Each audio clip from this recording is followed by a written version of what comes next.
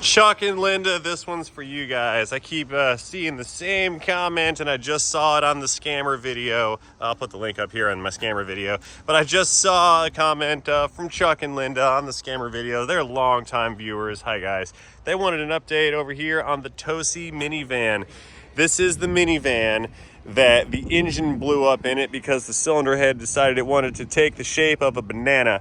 And it put the family of multiple children in a very nasty position because they needed this van to tote the youngins around, and the thing blew up on the highway. They had it towed over here, and I was familiar with this van. We had been servicing it for quite some time, and the thing blew up on it. Now the problem is the engine blew up because there was a heater core hose made out of plastic in the back behind the engine on the firewall, and that thing blew up and dumped all the coolant out, so it wasn't spraying up, and the lady driving it did not realize what the deal is. And many of you would say, well, hey, you know, what about the thermal meter in the dash that tells you the temperature?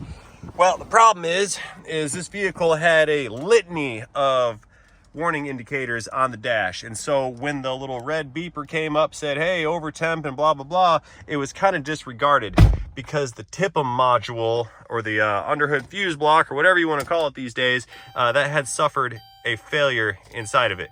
And because of that failure, we were not able to keep all the warning lights off, and like I said, they were dismissed. Now that was weird. I was turning the key and it kind of didn't want to crank. See that? This is why the van's not done yet, because there's little quirks to work out. Yeah, that's why the van's still here. I just had it going a second ago too. Hang on, bear with me. I'm kind of embarrassed now. There we go. I had to turn the key like the right way and kind of put a side load on it. That's a little weebly wobbly. It's not supposed to do that. Okay, so it's got an ignition switch problem too. Anyway, so when she was driving this van and the temp gauge went through the moon and the little chimer buzzer was going off, it was kind of ignored because there was ABS warning lights on and ABS messages on and all kinds of other warnings and chimes that would randomly go off. So when this thing lost coolant, they just didn't notice, and they kept on driving until the engine reached a catastrophic temperature of several hundred degrees, and we know it was at least 380 degrees because when we took the intake manifold off of the old engine that was being thrown away, the plastic on the intake manifold was melted. Now, I've learned that that type of plastic does not melt until at least 380 degrees on the Fahrenheit scale. So this thing got so hot while driving that, number one, it shut off, warped the cylinder head, and melted the plastic. But again, they didn't notice because we had all kinds of instrumentation problems here, and most of those are worked out, which is why this video has been taking so long for me to conclude. The only thing that we're left with regarding warning indicators is that flat tire cutaway symbol with the exclamation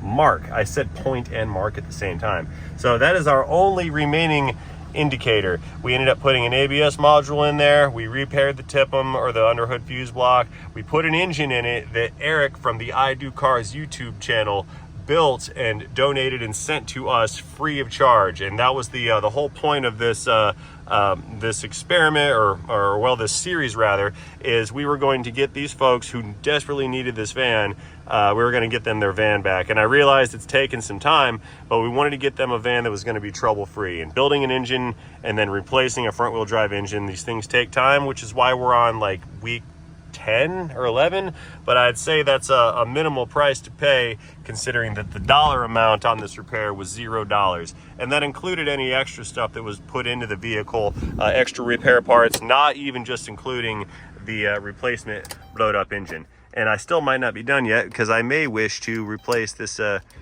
this ignition system business here as well. See, if I turn it normally, it doesn't want to do anything, but if I hold this guy over here, then it cranks. So there's some weeble wobble action going on with this key fob as well. I may fix that, I may not. We're gonna call Greg, the owner, and see if he wants to do anything about that one. That's kind of not free on my part because I mean I got to do some programming and then there's some more parts involved. We're in this pretty deep on the financial scale, in part because, like I said, Eric from I Do Cars and myself committed to performing this pro bono act of selflessness selflessness. I think I said selfish and selfless at the same time. It came out wrong. But we together as a joint venture, as well as his team and my team in there, collectively donated our efforts, our time, and financial resources into getting this thing back into tip-top premium condition.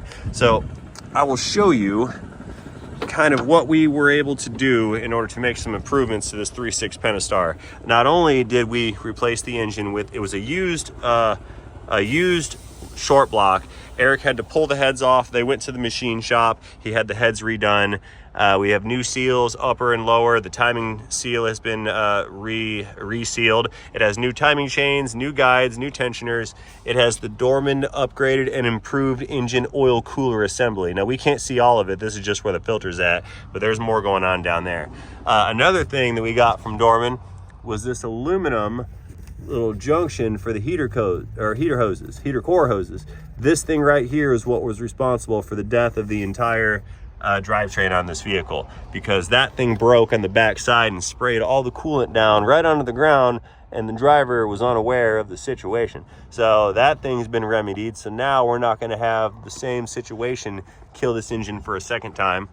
Cylinder heads have been fixed, engine's been fixed, the old one's over there in a heap, and we're going to walk back in real quick and I will show you guys the destroyed engine. We also ended up putting motor mounts in this because I found 2 broken mounts, and we also put a new battery in this because the one that was in there was testing horribly, and I wasn't going to give them a van back that needed more work. So right now we're free and clear and under control, and that van's almost ready to go back home, but I want to work out a couple more bugs. We're going to drive it a little bit more and make sure it will be trouble-free for when we put the kids back inside of said van.